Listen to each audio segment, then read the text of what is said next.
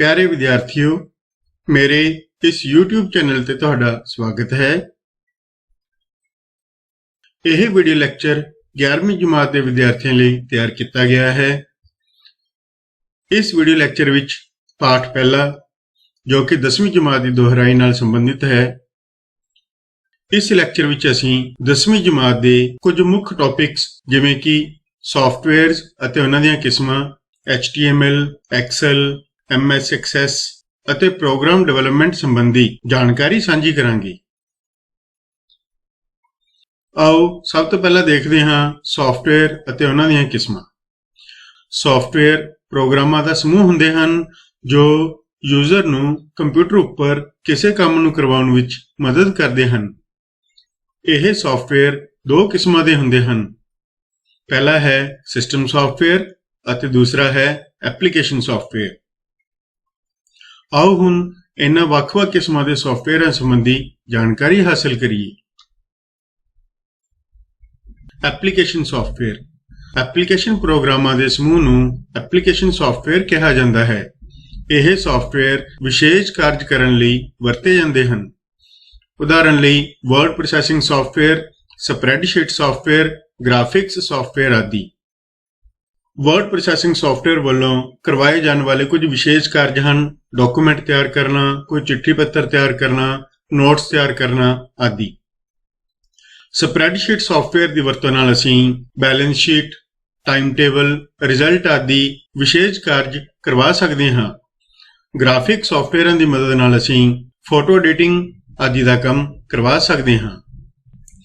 MS office software application प्रोग्रामां की श्रेणी नाल ही संबंधित एक सॉफ्टवेयर है जिस विच MS Word, MS Excel, MS PowerPoint, MS Access, MS Publisher आदि कुछ आम वरते जाने वाले मुख्य सॉफ्टवेयर हैं।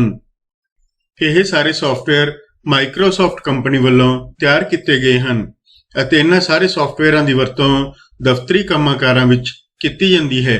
इसलिए इन्हां प्रोग्रामां दे समूह नूं MS ऑफिस कहा जाता है। सिस्टम सॉफ्टवेयर सिस्टम प्रोग्रामां दे समूह नूं सिस्टम सॉफ्टवेयर कहा जाता है। कंप्यूटर के सारे काम सिस्टम सॉफ्टवेयर द्वारा कंट्रोल किए जाते हैं। इन्हां सॉफ्टवेयरां तो बिना एप्लीकेशन सॉफ्टवेयर नहीं चल सकती।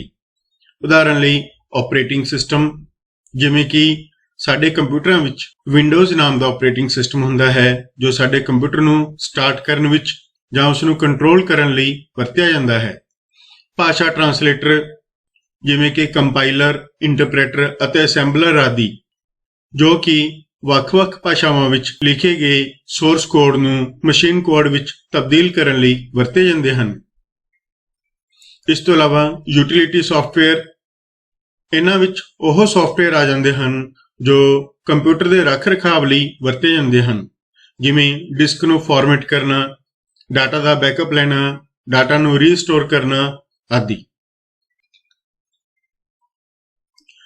आओ हुण MS एक्सेल संबंधी जो कि 10वीं पाठ के सिलेबस का हिस्सा सी उस संबंधी जानकारी हासिल करिए। माइक्रोसॉफ्ट एक्सेल एक स्प्रैडशीट सॉफ्टवेयर है। इसकी वरतों गणितक डाटा नूं सही ढंग नाल रखण ਅਤੇ डाटा उपर गणनावां करन लई कीती जांदी है। यह माइक्रोसॉफ्ट ऑफिस का ही एक भाग है। एक्सेल विच बनाई गई फाइल की एक्सटेंशन .xlsx हुंदी है। एक्सेल विच फार्मूले ਅਤੇ फंक्शनां की मदद नाल काम किया जाता है। आओ हुण एक्सेल के सैल एड्रैसां संबंधी जानकारी हासिल करते हैं। एक्सेल विच बहुत सारे सैल हुंदे हन जो कि रो ਅਤੇ ਕਾਲਮਾਂ ਦੇ ਕਾਟ ਖੇਤਰ ਤੋਂ ਬਣਦੇ ਹਨ। ਹਰੇਕ ਸੈੱਲ ਦਾ ਇੱਕ ਵੱਖਰਾ ਐਡਰੈਸ ਹੁੰਦਾ ਹੈ ਜੋ ਕਿ ਕਾਲਮ ਦੇ ਨਾਂ ਅਤੇ ਰੋ ਦੇ ਨੰਬਰ ਤੋਂ ਮਿਲ ਕੇ ਬਣਦਾ ਹੈ। ਉਦਾਹਰਨ ਲਈ ਕਾਲਮ 27 ਅਤੇ ਰੋ 30 ਦਾ ਐਡਰੈਸ ਹੋਵੇਗਾ AA30। ਕਾਲਮਾਂ ਦੇ ਐਡਰੈਸ A ਤੋਂ ਸ਼ੁਰੂ ਹੁੰਦੇ ਹਨ ਜੋ ਕਿ ਪਹਿਲੇ ਕਾਲਮ ਦਾ ਐਡਰੈਸ ਹੁੰਦਾ ਹੈ। ਇਸੇ ਤਰ੍ਹਾਂ 26ਵਾਂ ਕਾਲਮ Z ਹੋਵੇਗਾ। ਉਸ ਤੋਂ ਬਾਅਦ अगले कॉलम AA तो शुरू होंदे हन जिवें कि चित्र विच दिखाया गया है।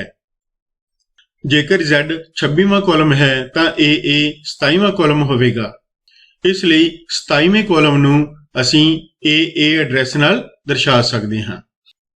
ਇਸ ਤਰ੍ਹਾਂ ਅਸੀਂ ਕਹਿ ਸਕਦੇ ਹਾਂ ਕਿ 27ਵੇਂ ਕਾਲਮ ਅਤੇ 30ਵੇਂ ਰੋ ਦਾ ਐਡਰੈਸ AA30 ਹੋਵੇਗਾ। ਆਓ ਹੁਣ ਐਕਸਲ ਦੇ ਫਾਰਮੂਲਿਆਂ ਸੰਬੰਧੀ ਜਾਣਕਾਰੀ ਹਾਸਲ ਕਰਦੇ ਹਾਂ। ਐਕਸਲ ਵਿੱਚ ਫਾਰਮੂਲੇ ਨੂਮੈਰੀਕਲ ਮੁੱਲਾਂ ਦੀ ਗਣਨਾ ਕਰਨ ਲਈ ਵਰਤੇ ਜਾਂਦੇ ਹਨ। ਐਕਸਲ ਵਿੱਚ ਫਾਰਮੂਲੇ ਬਰਾਬਰ ਹੈ ਦੇ ਚਿੰਨ੍ਹ ਤੋਂ ਸ਼ੁਰੂ ਹੁੰਦੇ ਹਨ। ਜੇਕਰ ਅਸੀਂ ਐਕਸਲ ਦੇ ਕਿਸੇ ਸੈੱਲ ਵਿੱਚ 12+24 ਲਿਖਦੇ ਹਾਂ ਤਾਂ ਇਹ ਉਸ ਸੈੱਲ ਵਿੱਚ 12+24 ਹੀ ਦਰਸਾਏਗਾ, ਕਿਉਂਕਿ 12+24 ਇੱਕ ਸਧਾਰਨ ਟੈਕਸਟ ਦੇ ਤੌਰ ਤੇ ਮੰਨਿਆ ਜਾਵੇਗਾ। ਜੇਕਰ ਅਸੀਂ ਇਸ ਨੂੰ ਇੱਕ ਫਾਰਮੂਲੇ ਦੇ ਤੌਰ ਤੇ ਵਰਤਣਾ ਚਾਹੁੰਦੇ ਹਾਂ ਤਾਂ ਬਰਾਬਰ ਹੈ ਦਾ ਚਿੰਨ੍ਹ ਲਗਾਉਣਾ ਜ਼ਰੂਰੀ ਹੁੰਦਾ ਹੈ। ਇਸ ਲਈ ਜੇਕਰ 12+24 ਦੇ ਅੱਗੇ ਬਰਾਬਰ ਹੈ ਦਾ ਚਿੰਨ੍ਹ ਲਗਾ ਦਿੱਤਾ ਜਾਵੇ, ਭਾਵ ਬਰਾਬਰ ਹੈ 12+24 ਲਿਖਿਆ ਜਾਵੇ, ਤਾਂ ਇਹ ਇੱਕ ਫਾਰਮੂਲਾ ਬਣ ਜਾਵੇਗਾ ਅਤੇ ਇਸ ਗਣਨਾ ਦਾ ਰਿਜ਼ਲਟ ਸਾਨੂੰ 36 ਪ੍ਰਾਪਤ ਹੋਵੇਗਾ। ਐਕਸਲ ਵਿੱਚ ਫਾਰਮੂਲੇ ਬਣਾਉਣ ਲਈ 5 ਤਰ੍ਹਾਂ ਦੇ ਗਣਿਤਕ ਆਪਰੇਟਰ ਵਰਤੇ ਜਾ ਸਕਦੇ ਹਨ।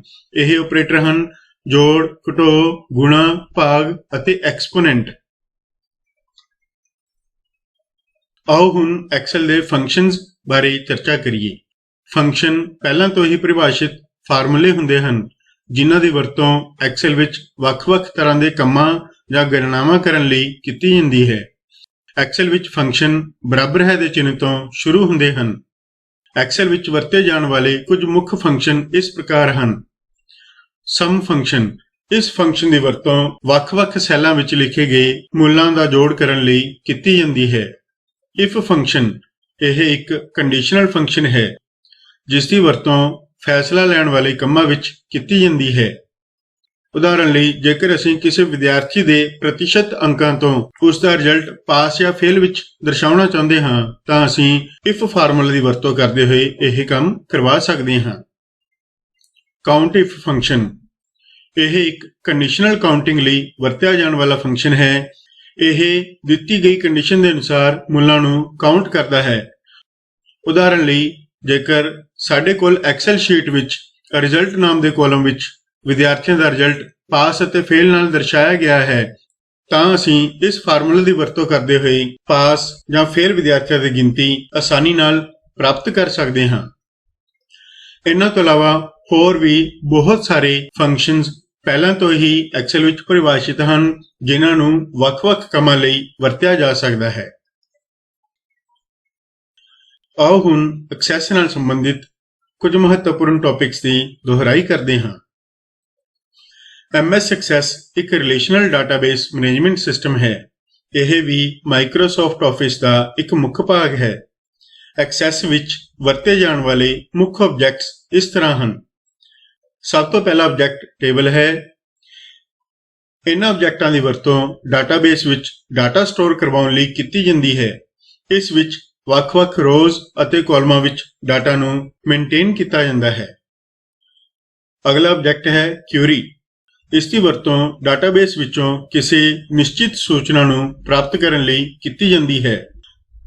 ਇੱਕ ਟੇਬਲ ਵਿੱਚ ਬਹੁਤ ਸਾਰਾ ਡਾਟਾ ਸਟੋਰ ਹੁੰਦਾ ਹੈ। ਉਸ ਡਾਟਾ ਵਿੱਚੋਂ ਜੇਕਰ ਅਸੀਂ ਕਿਸੇ ਖਾਸ ਨਿਸ਼ਚਿਤ ਸੂਚਨਾ ਨੂੰ ਪ੍ਰਾਪਤ ਕਰਨਾ ਚਾਹੁੰਦੇ ਹਾਂ ਤਾਂ ਕਿਊਰੀ ਆਬਜੈਕਟ ਦੀ ਵਰਤੋਂ ਕਰਦੇ ਹੋਏ ਅਸੀਂ ਇਹ ਕੰਮ ਕਰਵਾ ਸਕਦੇ ਹਾਂ। ਐਕਸੈਸ ਦਾ ਅਗਲਾ ਆਬਜੈਕਟ ਹੈ ਫਾਰਮ। ਇਹ ਆਬਜੈਕਟ ਟੇਬਲ ਵਿੱਚ ਡਾਟਾ ਸਟੋਰ ਕਰਵਾਉਣ ਲਈ ਜਾਂ ਟੇਬਲ ਵਿੱਚ ਸਟੋਰ ਡਾਟਾ ਨੂੰ ਦੇਖਣ ਜਾਂ ਉਸ ਵਿੱਚ ਬਦਲਾਵ ਕਰਨ ਲਈ ਵਰਤੇ ਜਾ ਸਕਦੇ ਹਨ। ਫਾਰਮਾਂ ਦੀ ਵਰਤੋਂ ਕਰਦੇ ਹੋਏ ਅਸੀਂ ਆਸਾਨੀ ਨਾਲ ਟੇਬਲ ਵਿੱਚ ਸਟੋਰ ਡਾਟਾ ਨੂੰ ਦੇਖ ਵੀ ਸਕਦੇ ਹਾਂ, ਉਸ ਵਿੱਚ ਬਦਲਾਵ ਵੀ ਕਰ ਸਕਦੇ ਹਾਂ ਅਤੇ ਫਾਰਮ ਵਿੱਚ ਨਵਾਂ ਡਾਟਾ ਦਾਖਲ ਕਰਕੇ ਉਸ ਨੂੰ ਸੰਬੰਧਿਤ ਟੇਬਲਾਂ ਵਿੱਚ ਸਟੋਰ ਵੀ ਕਰਵਾ ਸਕਦੇ ਹਾਂ। ਕੋਈ ਵੀ ਫਾਰਮ ਬਣਾਉਣ ਤੋਂ ਪਹਿਲਾਂ ਟੇਬਲ ਬਣਾਉਣਾ ਜ਼ਰੂਰੀ ਹੁੰਦਾ ਹੈ।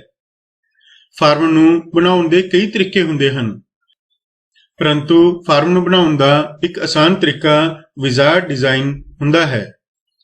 ਅਗਲਾ ਆਬਜੈਕਟ ਹੈ ਰਿਪੋਰਟ। ਟੇਬਲ ਵਿੱਚ ਸਟੋਰ ਡਾਟਾ ਦਾ ਪ੍ਰਿੰਟ ਪ੍ਰਾਪਤ ਕਰਨ ਲਈ ਇਹਨਾਂ ਆਬਜੈਕਟਾਂ ਦੀ ਵਰਤੋਂ ਕੀਤੀ ਜਾ ਸਕਦੀ ਹੈ। ਅਸੀਂ ਆਪਣੀ ਇੱਛਾ ਅਨੁਸਾਰ ਵੱਖ-ਵੱਖ ਡਿਜ਼ਾਈਨਸ ਵਿੱਚ ਰਿਪੋਰਟਾਂ ਤਿਆਰ ਕਰਕੇ ਟੇਬਲ ਵਿਚਲੇ ਸਟੋਰ ਡਾਟਾ ਦਾ ਪ੍ਰਿੰਟ ਹਾਸਲ ਕਰ ਸਕਦੇ ਹਾਂ। HTML, ਤੁਹਾਨੂੰ ਸਭ ਨੂੰ ਇਸ ਦਾ ਪੂਰਾ ਰੂਪ ਪਤਾ ਹੀ ਹੋਵੇਗਾ ਹਾਈਪਰਟੈਕਸਟ ਮਾਰਕਅਪ ਲੈਂਗੁਏਜ। ਆਓ ਹੁਣ HTML ਸੰਬੰਧੀ ਵੱਖ-ਵੱਖ ਟੌਪਿਕਸ ਦੀ ਦੁਹਰਾਈ ਕਰਦੇ ਹਾਂ। Web page world wide web ਦਾ ਮਹੱਤਵਪੂਰਨ ਦਸਤਾਵੇਜ਼ ਹੁੰਦਾ ਹੈ। ਵਰਲਡ ਵਾਈਡ ਵੈਬ ਵਿੱਚ ਜੋ ਵੀ ਇਨਫੋਰਮੇਸ਼ਨ ਸਟੋਰ ਕੀਤੀ ਜਾਂਦੀ ਹੈ ਉਹ ਵੈਬ ਪੇਜਾਂ ਵਿੱਚ ਹੀ ਸਟੋਰ ਹੁੰਦੀ ਹੈ। ਸਧਾਰਨ ਵੈਬ ਪੇਜ ਬਣਾਉਣ ਲਈ HTML ਭਾਸ਼ਾ ਦੀ ਵਰਤੋਂ ਕੀਤੀ ਜਾਂਦੀ ਹੈ। HTML ਵਿੱਚ ਵੈਬ ਪੇਜ ਬਣਾਉਣ ਲਈ ਵੱਖ-ਵੱਖ ਤਰ੍ਹਾਂ ਦੇ ਟੈਗਸ ਦੀ ਵਰਤੋਂ ਕੀਤੀ ਜਾਂਦੀ ਹੈ। HTML ਟੈਗਸ ਕੁਝ ਖਾਸ ਦਿਸ਼ਾ ਨਿਰਦੇਸ਼ ਹੁੰਦੇ ਹਨ ਜੋ ਵੈਬ ਬ੍ਰਾਊਜ਼ਰ ਨੂੰ ਇਹ ਦੱਸਦੇ ਹਨ ਕਿ ਵੈਬ ਪੇਜ ਕੰਟੈਂਟਸ ਨੂੰ ਕਿਵੇਂ ਦਰਸਾਉਣਾ ਹੈ। ਇਹਨਾਂ ਟੈਗਸ ਲਈ HTML ਵਿੱਚ ਐਂਗਲ ਬ੍ਰੈਕਟਾਂ ਦੀ ਵਰਤੋਂ ਕੀਤੀ ਜਾਂਦੀ ਹੈ। ਐਂਗਲ ਬ੍ਰੈਕਟਾਂ ਲਈ ਲੈਸ ਦੈਨ ਅਤੇ ਗ੍ਰੇਟਰ ਦੈਨ ਦਾ ਚਿੰਨ੍ਹ ਵਰਤਿਆ ਜਾਂਦਾ ਹੈ। HTML ਵਿੱਚ ਟੈਗਸ ਦੋ ਤਰ੍ਹਾਂ ਦੇ ਹੁੰਦੇ ਹਨ, ਕੰਟੇਨਰ ਟੈਗ ਅਤੇ empty tag. Container tag web page ਵਿੱਚ ਦੋ ਵਾਰ ਵਰਤੇ ਜਾਂਦੇ ਹਨ, ਇੱਕ ਵਾਰ ਟੈਗ ਨੂੰ ਸਟਾਰਟ ਕਰਨ ਲਈ ਅਤੇ ਦੂਸਰੀ ਵਾਰ ਉਸ ਨੂੰ ਬੰਦ ਕਰਨ ਲਈ। ਉਦਾਹਰਣ ਲਈ ਬੋਲਡ ਟੈਗ ਸ਼ੁਰੂ, ਫਿਰ ਹੈਲੋ ਸ਼ਬਦ, ਫਿਰ ਬੋਲਡ ਟੈਗ ਨੂੰ ਬੰਦ ਕੀਤਾ ਗਿਆ ਹੈ। ਇਸ ਤਰ੍ਹਾਂ ਇਸ ਉਦਾਹਰਣ ਵਿੱਚ ਬੋਲਡ ਟੈਗ ਨੂੰ ਦੋ ਵਾਰ ਵਰਤਿਆ ਗਿਆ ਹੈ। ਪਹਿਲੀ ਵਾਰ ਬੋਲਡ ਟੈਗ ਨੂੰ ਸਟਾਰਟ ਕੀਤਾ ਗਿਆ ਹੈ, ਫਿਰ ਬੋਲਡ ਟੈਗ ਨੂੰ ਬੰਦ ਕਰਨ ਲਈ ਸਲੈਸ਼ ਦੀ ਵਰਤੋਂ ਕਰਦੇ ਹੋਏ ਬੋਲਡ ਟੈਗ ਨੂੰ ਬੰਦ ਕੀਤਾ ਗਿਆ ਹੈ। ਇਸ ਤਰ੍ਹਾਂ ਬੋਲਡ ਟੈਗ ਦੋ ਵਾਰ ਵਰਤਿਆ ਗਿਆ ਹੈ, ਇੱਕ ਵਾਰ ਉਸ ਨੂੰ ਸਟਾਰਟ ਕਰਨ ਲਈ ਅਤੇ ਦੂਸਰਾ ਉਸ ਨੂੰ ਬੰਦ ਕਰਨ ਲਈ। ਐਮਪਟੀ ਟੈਗ ਵੈਬ ਪੇਜ ਵਿੱਚ ਇੱਕ ਵਾਰ ਹੀ ਵਰਤੇ ਜਾਂਦੇ ਹਨ। ਇਹਨਾਂ ਟੈਗਸ ਨੂੰ ਬੰਦ ਕਰਨ ਦੀ ਜ਼ਰੂਰਤ ਨਹੀਂ ਹੁੰਦੀ। ਉਦਾਹਰਣ ਲਈ BR ਟੈਗ, ਇਸ ਟੈਗ ਨੂੰ ਸ਼ੁਰੂ ਤਾਂ ਕੀਤਾ ਗਿਆ ਪਰੰਤੂ ਇਹਨਾਂ ਨੂੰ ਬੰਦ ਕਰਨ ਦੀ ਜ਼ਰੂਰਤ ਨਹੀਂ ਹੁੰਦੀ। ਇਸ ਤਰ੍ਹਾਂ ਇਹ ਟੈਗ ਆਪਣਾ ਕੰਮ ਕਰਨ ਲਈ ਇੱਕ ਵਾਰ ਹੀ ਵਰਤਿਆ ਜਾਂਦਾ ਹੈ। Programme development cycle. ਪ੍ਰੋਗਰਾਮ ਕਿਸੇ ਕੰਮ ਜਾਂ ਸਮੱਸਿਆ ਨੂੰ ਹੱਲ ਕਰਨ ਲਈ ਬਣਾਏ ਜਾਂਦੇ ਹਨ। ਕਿਸੇ ਸਮੱਸਿਆ ਨੂੰ ਹੱਲ ਕਰਨ ਲਈ ਉਸ ਦੀ ਸਮਝ ਹੋਣਾ ਬਹੁਤ ਜ਼ਰੂਰੀ ਹੈ। ਕਿਸੇ ਸਮੱਸਿਆ ਦੀ ਪਰਖ ਤੋਂ ਇਹ ਪਤਾ ਚੱਲਦਾ ਹੈ ਕਿ ਪ੍ਰੋਗਰਾਮ ਨੂੰ ਕਿਹੜੀ ਇਨਪੁਟ ਦਿੱਤੀ ਜਾਵੇਗੀ ਅਤੇ ਉਸ ਵਿੱਚ ਸਾਨੂੰ ਕਿਸ ਆਉਟਪੁੱਟ ਦੀ ਜ਼ਰੂਰਤ ਹੋਵੇਗੀ। ਇਸ ਤਰ੍ਹਾਂ ਪ੍ਰੋਗਰਾਮ ਬਣਾਉਣ ਤੋਂ ਪਹਿਲਾਂ ਉਸ ਨੂੰ ਐਨਾਲਾਈਜ਼ ਕਰਨਾ ਜ਼ਰੂਰੀ ਹੁੰਦਾ ਹੈ, ਜਿਸ ਨਾਲ ਸਾਨੂੰ ਉਸ ਪ੍ਰੋਗਰਾਮ ਦੀਆਂ ਇਨਪੁਟਸ ਅਤੇ ਆਉਟਪੁੱਟਸ ਸੰਬੰਧੀ ਚੰਗੀ ਸਮਝ ਪ੍ਰਾਪਤ ਹੋ ਜਾਂਦੀ ਹੈ। ਸਮੱਸਿਆ ਨੂੰ ਚੰਗੀ ਤਰ੍ਹਾਂ ਐਨਾਲਾਈਜ਼ ਕਰਨ ਤੋਂ ਬਾਅਦ ਹੀ ਅਸੀਂ ਉਸ ਨੂੰ ਵਧੀਆ ਤਰੀਕੇ ਨਾਲ ਬਣਾ ਸਕਦੇ ਹਾਂ। ਕਿਸੇ ਪ੍ਰੋਗਰਾਮ ਨੂੰ ਬਣਾਉਣ ਦਾ ਪ੍ਰੋਸੈਸ ਪ੍ਰੋਗਰਾਮਿੰਗ ਅਖਵਾਉਂਦਾ ਹੈ। ਪ੍ਰੋਗਰਾਮਿੰਗ ਪ੍ਰੋਸੈਸ ਵਿੱਚ ਪ੍ਰੋਗਰਾਮ ਬਣਾਉਣ ਲਈ ਕੁਝ ਖਾਸ ਸਟੈਪਾਂ ਦੀ ਵਰਤੋਂ ਕੀਤੀ ਜਾਂਦੀ ਹੈ। ਪ੍ਰੋਗਰਾਮ ਬਣਾਉਣ ਦੇ ਇਹ ਸਟੈਪ ਪ੍ਰੋਗਰਾਮ ਡਿਵੈਲਪਮੈਂਟ ਸਾਈਕਲ ਅਖਵਾਉਂਦੇ ਹਨ। ਆਓ ਹੁਣ ਇਸ ਸਾਈਕਲ ਦੇ ਵੱਖ-ਵੱਖ ਸਟੈਪਾਂ ਸੰਬੰਧੀ ਜਾਣਕਾਰੀ ਹਾਸਲ ਕਰਦੇ ਹਾਂ। ਪ੍ਰੋਗਰਾਮ ਡਿਵੈਲਪਮੈਂਟ ਸਾਈਕਲ ਦੇ ਸਟੈਪ। ਇੱਕ ਸਹੀ ਪ੍ਰੋਗਰਾਮ ਬਣਾਉਣ ਲਈ ਹੇਠ ਲਿਖੇ ਸਟੈਪ ਵਰਤੇ ਜਾਂਦੇ ਹਨ। ਸਭ ਤੋਂ ਪਹਿਲਾ ਸਟੈਪ ਹੈ ਸਮੱਸਿਆ ਦਾ ਵਿਸ਼ਲੇਸ਼ਣ। ਪ੍ਰੋਗਰਾਮ ਦੀ ਸਮੱਸਿਆ ਦੇ ਵਿਸ਼ਲੇਸ਼ਣ ਤੋਂ ਭਾਵ ਹੈ ਪ੍ਰੋਗਰਾਮ ਦੀਆਂ ਜ਼ਰੂਰਤਾਂ ਪਤਾ ਕਰਨਾ। ਦੂਸਰਾ ਸਟੈਪ ਹੈ ਸਮੱਸਿਆ ਦਾ ਹੱਲ ਤਿਆਰ ਕਰਨਾ। ਪ੍ਰੋਗਰਾਮ ਦੀ ਸਮੱਸਿਆ ਹੱਲ ਕਰਨ ਲਈ ਉਸ ਦਾ ਸਹੀ ਲੌਜਿਕ ਪਤਾ ਹੋਣਾ ਜ਼ਰੂਰੀ ਹੁੰਦਾ ਹੈ। ਇਸ ਲੌਜਿਕ ਨੂੰ ਬਣਾਉਣ ਲਈ ਐਲਗੋਰਿਦਮ, ਫਲੋ ਚਾਰਟ ਅਤੇ ਹੋਰ ਵੱਖ-ਵੱਖ ਕਿਸਮਾਂ ਦੇ ਟੂਲਸ ਦੀ ਵਰਤੋਂ ਕੀਤੀ ਜਾ ਸਕਦੀ ਹੈ। ਹੱਲ ਦੀ ਕੋਡਿੰਗ। ਕਿਸੇ ਕੰਪਿਊਟਰ ਭਾਸ਼ਾ ਦੀ ਮਦਦ ਨਾਲ ਐਲਗੋਰਿਦਮ ਜਾਂ ਫਲੋ ਚਾਰਟ ਅਨੁਸਾਰ ਪ੍ਰੋਗਰਾਮ ਨੂੰ ਲਿਖਣਾ ਕੋਡਿੰਗ ਅਖਵਾਉਂਦਾ ਹੈ। ਆਖਰੀ ਸਟੈਪ ਹੈ ਪ੍ਰੋਗਰਾਮ ਨੂੰ ਟੈਸਟ ਕਰਨਾ। ਪ੍ਰੋਗਰਾਮ ਦੀ ਕੋਡਿੰਗ ਕਰਨ ਤੋਂ ਬਾਅਦ ਉਸ ਨੂੰ ਟੈਸਟ ਕੀਤਾ ਜਾਣਾ ਜ਼ਰੂਰੀ ਹੈ ਤਾਂ ਕਿ ਜੇਕਰ ਉਸ ਪ੍ਰੋਗਰਾਮ ਵਿੱਚ ਕੋਈ ਗਲਤੀ ਰਹਿ ਗਈ ਹੋਵੇ ਤਾਂ ਉਸ ਬਾਰੇ ਟੈਸਟਿੰਗ ਵਿੱਚ ਸਾਨੂੰ ਪਤਾ ਚੱਲ ਜਾਵੇ ਤਾਂ ਕਿ ਅਸੀਂ ਉਸ ਗਲਤੀ ਨੂੰ ਪ੍ਰੋਗਰਾਮ ਵਿੱਚ ਠੀਕ ਕਰ ਸਕੀਏ। ਕਿਸੇ ਪ੍ਰੋਗਰਾਮ ਨੂੰ ਚੰਗੀ ਤਰ੍ਹਾਂ ਟੈਸਟ ਕਰਨ ਤੋਂ ਬਾਅਦ ਜਦੋਂ ਉਸ ਵਿੱਚੋਂ ਸਾਰੀਆਂ ਗਲਤੀਆਂ ਖਤਮ ਹੋ ਜਾਣ ਉਸ ਤੋਂ ਬਾਅਦ ਹੀ ਉਸ ਨੂੰ ਲਾਗੂ ਕੀਤਾ ਜਾਂਦਾ ਹੈ। ਆਓ ਹੁਣ ਇਸ ਪਾਠ ਦੇ ਅਭਿਆਸ ਵਿੱਚ ਦਿੱਤੀਆਂ ਗਈਆਂ ਖਾਲੀ ਥਾਵਾਂ ਸੰਬੰਧੀ ਡਿਸਕਸ਼ਨ ਕਰਦੇ ਹਾਂ। ਸਭ ਤੋਂ ਪਹਿਲੀ ਖਾਲੀ ਥਾਂ ਹੈ ਵਰਲਡ ਵਾਈਡ ਵੈਬ ਦਾ ਮਹੱਤਵਪੂਰਨ ਦਸਤਾਵੇਜ਼ ਡੈਸ਼ ਹੁੰਦਾ ਹੈ। ਪਿਆਰੇ ਵਿਦਿਆਰਥੀਓ, ਇਸ ਦਾ ਸਹੀ ਉੱਤਰ ਕੀ ਹੋ ਸਕਦਾ ਹੈ? ਜੀ ਹਾਂ, ਬਿਲਕੁਲ ਸਹੀ, ਵੈਬ ਪੇਜ। ਡੈਸ਼ ਕਾਲਮ 27 ਅਤੇ ਰੋ 30 ਦਾ ਐਡਰੈਸ ਹੋਵੇਗਾ। प्यारे बच्चों, की तुसीं इसका उत्तर दे सकते हो? जी हाँ, बिल्कुल सही, AA30। जिवें कि असीं इस वीडियो लैक्चर विच डिस्कस कीता सी, एक्सेल दा 26वां कॉलम Z हुंदा है अते 27वें कॉलम दा एड्रैस AA हुंदा है, जिस कारण कॉलम 27 अते रो 30 दा एड्रैस AA30 होवेगा। फार्म नूं बनाउण दा आसान तरीका डैश हुंदा है। प्यारे विद्यार्थियों, इसका सही उत्तर जी हाँ, बिल्कुल सही, wizard design. Flow chart program development cycle दे डैश पड़ाव विच हुंदा है, समस्या दे हल विच, जिस नूं डिवेलपिंग द सॉल्यूशन भी कहा जाता है। MS ऑफिस सॉफ्टवेयर डैश श्रेणी नाल संबंधित सॉफ्टवेयर हुंदा है। जी हाँ, बिल्कुल सही, application software. MS office application software की श्रेणी नाल संबंधित महत्वपूर्ण सॉफ्टवेयर हुंदा है। सही गलत। पहली स्टेटमेंट है HTML दे टैग करली ब्रैकेट नाल समाप्त हुंदे हन। प्यारे विद्यार्थियों, यह स्टेटमेंट सही होवेगी या गलत? जी हाँ, तुहाडा उत्तर बिल्कुल ठीक है, यह स्टेटमेंट गलत है, क्योंकि HTML दे टैग्स लई एंगल ब्रैकेटां दी वरतों कीती जांदी है। एंगल ब्रैकेटां लई लैस दैन अते ग्रेटर दैन चिन्हां दी वरतों कीती जांदी है। दूसरी स्टेटमेंट, जेकर तुसीं एक्सेल विच किसी सैल विच 12+24 लिखदे हो तां यह उस सैल विच 12+24 ही दर्शाएगा। प्यारे विद्यार्थियों, यह स्टेटमेंट सही है या गलत? जी हाँ, बिल्कुल ठीक, यह स्टेटमेंट सही है, क्योंकि असीं इस विच बराबर है चिन्ह की वरतों नहीं कीती। जेकर असीं इस दे शुरू विच बराबर है चिन्ह की वरतों करदे तां यह एक फार्मूला बन जाना सी अते उसका रिजल्ट सानूं 36 प्राप्त होना सी। इसलिए बराबर है तो बिना यह एक साधारण टैक्सट बन जाएगा। कोई भी फार्म बनाउण तो पहला टेबल बनाउणा जरूरी है।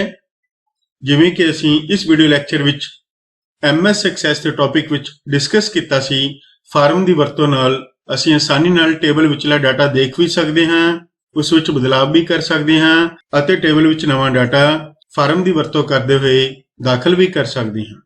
तां इसलिए एक्सैस विच कोई भी फार्म तां ही बना सकते हैं जेकर डाटाबेस विच पहलां तो कोई टेबल बनिया होवे। इसलिए यह स्टेटमेंट बिल्कुल सही है। कोई भी फार्म बनाउण तो पहला टेबल बनाउणा जरूरी हुंदा है। किसी समस्या की परख करने लई आउटपुट जरूरी नहीं है। यह स्टेटमेंट सही होवेगी या गलत? जी हाँ, यह स्टेटमेंट गलत है। किसी भी समस्या की परख करने लई उस समस्या नाल संबंधित इनपुट अते आउटपुट का पता होना बहुत जरूरी हुंदा है, इसलिए यह स्टेटमेंट गलत होवेगी। एक्सेल विच फार्मूला बनाउण लई असीं 5 तरह के गणितक ऑपरेटर इस्तेमाल कर सकते हैं। यह स्टेटमेंट सही है या गलत? जी हाँ, बिल्कुल ठीक, यह स्टेटमेंट सही है। एक्सेल विच 5 तरह के गणितक ऑपरेटर जोड़, घटो, गुणा, भाग अते एक्सपोनेंट, यह 5 गणितक ऑपरेटर इस्तेमाल किए जा सकते हैं। आओ हुण फुल फॉर्म संबंधी जानकारी हासिल करते हैं। HTML का full form hyper text markup language हुंदा है। WWW world wide web. DBMS का पूरा रूप डाटाबेस मैनेजमेंट सिस्टम होवेगा। DBMS का पूरा रूप डाटाबेस मैनेजमेंट सिस्टम हुंदा है। DBA का पूरा रूप डाटाबेस एडमिनिस्ट्रेटर हुंदा है। CPU का पूरा रूप सेंट्रल प्रोसैसिंग यूनिट हुंदा है। RAM का पूरा रूप रैंडम एक्सैस मैमरी होवेगा। ROM रीड ओनली मैमरी हुंदी है। फोर्ट्रॉन का पूरा रूप फार्मूला ट्रांसलेशन होवेगा। इस विच FOR तो फार्मूला बनया है अते TRAN तो ट्रांसलेशन बनया है। कोबोल का पूरा रूप कॉमन बिजनेस ओरिएंटेड लैंग्वेज हुंदा है। इस विच CO तो कॉमन बनता है, B तो बिजनेस बनेगा, O तो ओरिएंटेड बनेगा अते L तो लैंग्वेज बनेगा। बेसिक का पूरा रूप ਬਿਗਨਰਸ ਆਲ ਪਰਪਸ ਸਿੰਬੋਲਿਕ ਇੰਸਟਰਕਸ਼ਨ ਕੋਡ ਹੁੰਦਾ ਹੈ। ਇਸ ਵਿੱਚ B ਦਾ ਮਤਲਬ ਬਿਗਨਰਸ, A ਦਾ ਮਤਲਬ ਆਲ ਪਰਪਸ, S ਦਾ ਮਤਲਬ ਸਿੰਬੋਲਿਕ, I ਦਾ ਮਤਲਬ ਇੰਸਟਰਕਸ਼ਨ ਅਤੇ C ਦਾ ਮਤਲਬ ਕੋਡ ਹੋਵੇਗਾ। DOS DOS ਦਾ ਪੂਰਾ ਰੂਪ ਡਿਸਕ ਆਪਰੇਟਿੰਗ ਸਿਸਟਮ ਹੁੰਦਾ ਹੈ। URL uniform resource locator. stdio.h ਇਹ C ਭਾਸ਼ਾ ਵਿੱਚ ਵਰਤੀ ਜਾਣ ਵਾਲੀ ਹੈਡਰ ਫਾਈਲ ਹੁੰਦੀ ਹੈ। ਇਸ ਦਾ ਪੂਰਾ ਰੂਪ standard input output header file ਹੁੰਦਾ ਹੈ। std ਦਾ ਮਤਲਬ ਸਟੈਂਡਰਡ ਹੋਵੇਗਾ, I ਦਾ ਮਤਲਬ ਇਨਪੁਟ ਅਤੇ O ਦਾ ਮਤਲਬ ਆਉਟਪੁੱਟ ਹੋਵੇਗਾ। .h ਐਕਸਟੈਂਸ਼ਨ ਹੈਡਰ ਫਾਈਲ ਨੂੰ ਦਰਸਾਉਂਦੀ ਹੈ। conio.h ਇਹ ਵੀ C ਭਾਸ਼ਾ ਵਿੱਚ ਵਰਤੀ ਜਾਣ ਵਾਲੀ ਹੈਡਰ ਫਾਈਲ ਹੁੰਦੀ ਹੈ। ਇਸ ਵਿੱਚ con ਦਾ ਮਤਲਬ ਕੰਸੋਲ ਹੁੰਦਾ ਹੈ, ਮਤਲਬ ਇਨਪੁਟ ਅਤੇ O ਦਾ ਮਤਲਬ ਆਉਟਪੁੱਟ ਹੁੰਦਾ ਹੈ ਅਤੇ .h ਹੈਡਰ ਫਾਈਲ ਨੂੰ ਦਰਸਾਉਂਦੇ ਹਨ। ਪਿਆਰੇ ਵਿਦਿਆਰਥੀਓ, ਕੀ ਤੁਸੀਂ ਹੇਠ ਦਿੱਤੇ ਪ੍ਰਸ਼ਨਾਂ ਦੇ ਉੱਤਰ ਹੱਲ ਕਰ ਸਕਦੇ ਹੋ? ਜੇਕਰ ਤੁਸੀਂ ਇਸ ਵੀਡੀਓ ਲੈਕਚਰ ਨੂੰ ਬਹੁਤ ਹੀ ਧਿਆਨ ਨਾਲ ਦੇਖਿਆ ਅਤੇ ਸੁਣਿਆ ਹੈ ਤਾਂ ਮੈਨੂੰ ਪੂਰੀ ਆਸ ਹੈ ਕਿ ਤੁਸੀਂ ਇਹ ਸਾਰੇ ਪ੍ਰਸ਼ਨ ਬੜੀ ਆਸਾਨੀ ਨਾਲ ਹੱਲ ਕਰ ਪਾਵੋਗੇ। ਜੇਕਰ ਕਿਸੇ ਵੀ ਟੌਪਿਕ ਵਿੱਚ ਤੁਹਾਨੂੰ ਕਿਸੇ ਵੀ ਕਿਸਮ ਦਾ ਕੋਈ ਡਾਊਟ ਹੈ ਤਾਂ ਮੈਂ ਤੁਹਾਨੂੰ ਇਹੀ ਕਹਾਂਗਾ ਕਿ ਤੁਸੀਂ ਇਸ ਵੀਡੀਓ ਲੈਕਚਰ ਨੂੰ ਦੁਬਾਰਾ ਤੋਂ ਧਿਆਨ ਨਾਲ ਦੇਖੋ ਅਤੇ ਸੁਣੋ ਤਾਂ ਕਿ ਆਪਣੇ ਉਹਨਾਂ ਡਾਊਟਸ ਨੂੰ ਦੂਰ ਕਰਕੇ ਇਹਨਾਂ ਪ੍ਰਸ਼ਨਾਂ ਦੇ ਹੱਲ ਤੁਸੀਂ ਬੜੀ ਆਸਾਨੀ ਨਾਲ ਹੱਲ ਕਰਨ ਯੋਗ ਬਣ ਸਕੋ। ਪਿਆਰੇ ਵਿਦਿਆਰਥੀਓ, ਜੇਕਰ ਤੁਸੀਂ ਅਜੇ ਤੱਕ ਮੇਰੇ ਇਸ YouTube ਚੈਨਲ ਨੂੰ ਲਾਈਕ ਅਤੇ ਸਬਸਕ੍ਰਾਈਬ ਨਹੀਂ ਕੀਤਾ ਤਾਂ ਕਿਰਪਾ ਕਰਕੇ ਇਸ ਨੂੰ ਜਲਦੀ ਤੋਂ ਜਲਦੀ ਲਾਈਕ ਅਤੇ ਸਬਸਕ੍ਰਾਈਬ ਕਰੋ ਅਤੇ ਬੈਲ ਆਈਕਨ ਨੂੰ ਪ੍ਰੈਸ ਕਰਨਾ ਨਾ ਭੁੱਲੋ ਤਾਂ ਕਿ ਤੁਹਾਨੂੰ ਮੇਰੀਆਂ ਆਉਣ ਵਾਲੀਆਂ ਨਵੀਆਂ ਵੀਡੀਓਜ਼ ਦੀ ਨੋਟੀਫਿਕੇਸ਼ਨ ਮਿਲਦੀ ਰਹੇ। ਪਿਆਰੇ ਵਿਦਿਆਰਥੀਓ, ਤੁਹਾਡਾ ਇੱਕ ਲਾਈਕ ਅਤੇ ਸਬਸਕ੍ਰਾਈਬ ਸਾਨੂੰ ਮੋਟੀਵੇਟ ਕਰਨ ਵਿੱਚ ਅਹਿਮ ਯੋਗਦਾਨ ਪਾਉਂਦਾ ਹੈ। ਜਿੰਨੇ ਵੱਧ ਲਾਈਕ ਅਤੇ ਸਬਸਕ੍ਰਾਈਬ ਤੁਹਾਡੇ ਵੱਲੋਂ ਕੀਤੇ ਜਾਣਗੇ ਉਨੀ ਵੱਧ ਸਾਨੂੰ ਮੋਟੀਵੇਸ਼ਨ ਮਿਲਦੀ ਰਹੇਗੀ ਅਤੇ ਅਸੀਂ ਉਨੇ ਹੀ ਉਤਸ਼ਾਹ ਨਾਲ ਤੁਹਾਡੇ ਲਈ ਹੋਰ ਨਵੇਂ ਲੈਕਚਰ ਲੈ ਕੇ ਆਉਂਦੇ ਰਹਾਂਗੇ। ਇਸ ਲਈ ਤੁਸੀਂ ਸਾਡੇ ਇਸ ਚੈਨਲ ਦੇ ਵੀਡੀਓਜ਼ ਨੂੰ ਵੱਧ ਤੋਂ ਵੱਧ ਸ਼ੇਅਰ ਕਰੋ, ਉਹਨਾਂ ਨੂੰ ਲਾਈਕ ਅਤੇ ਸਬਸਕ੍ਰਾਈਬ ਕਰੋ ਅਤੇ ਸਾਨੂੰ ਮੋਟੀਵੇਟ ਕਰਦੇ ਰਹੋ ਅਤੇ ਕਮੈਂਟ ਸੈਕਸ਼ਨ ਵਿੱਚ ਜ਼ਰੂਰ ਦੱਸੋ ਕਿ ਤੁਹਾਨੂੰ ਮੇਰੀ ਇਹ ਵੀਡੀਓ ਕਿਵੇਂ ਲੱਗੀ। ਧੰਨਵਾਦ।